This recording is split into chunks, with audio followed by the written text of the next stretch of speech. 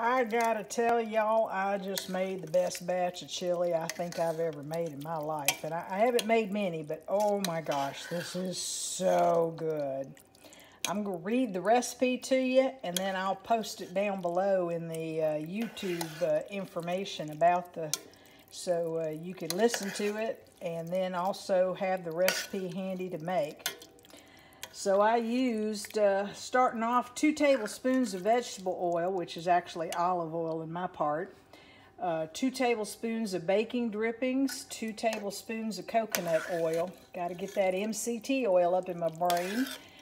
A pound of lean ground beef, a pound of ground pork sausage. If you like onions, you could put that in there too, to the tune of a whole cup if you want to. I'm allergic to onions, so I did not put onions in my chili. 2 handfuls of mini sweet peppers. You can see those here. And you know, I didn't even bother taking the seeds out. They're so small, and you'll never taste them or you know, get them in your mouth to where you can actually see them, or taste them. So I just left the seeds in. A small can of tomato paste, a cup of fresh chopped celery, or in my case, I had half a cup of dehydrated celery that I rehydrated, a pint, or about half or 3/4 of a cup of sun-dried tomatoes. Mine were homemade in basil and olive oil and soaked for probably 4, 5, or 6 months, but you could buy them in the grocery store too. So you just pull the tomatoes out of the jar and chop them up in your food chopper and add them to the chili. And then 1 cup of either fresh chopped mushrooms or a half to a whole cup of dehydrated mushrooms. And I just put them in some boiling water for about 3 or 4 minutes and then popped them into the chili. Because once it's in there and it starts to cook, they'll get softer and softer the longer you cook.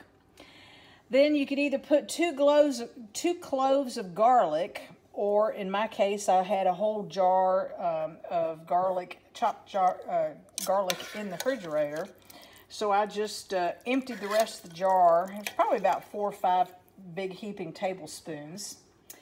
Then you want 2 15-ounce cans of kidney beans, and you put everything, the beans, the juice, everything that's in the can. And then there's 1 28-ounce can of crushed tomatoes, and you could add more if you want. 2 tablespoons of commercial chili powder, and then I added 1 tablespoon, the recipe calls for distilled white vinegar, but I just had some apple cider vinegar that I just used instead. And then I put 2 or 3 tablespoons of balsamic vinegar just to add a little snap to the flavor. Salt to taste. I actually added about 2 teaspoons of pink Himalayan salt. You could use regular sea salt or iodine salt, Morton's salt, whatever one you want.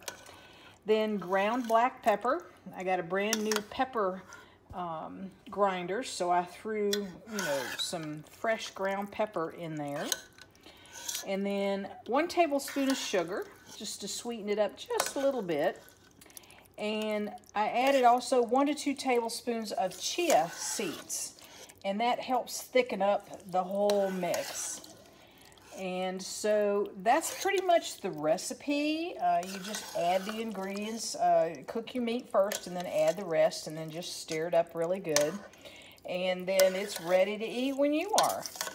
And let me tell you, this is good. Oh my gosh, I'm so excited how well this turned out. Yummy, yummy, yummy.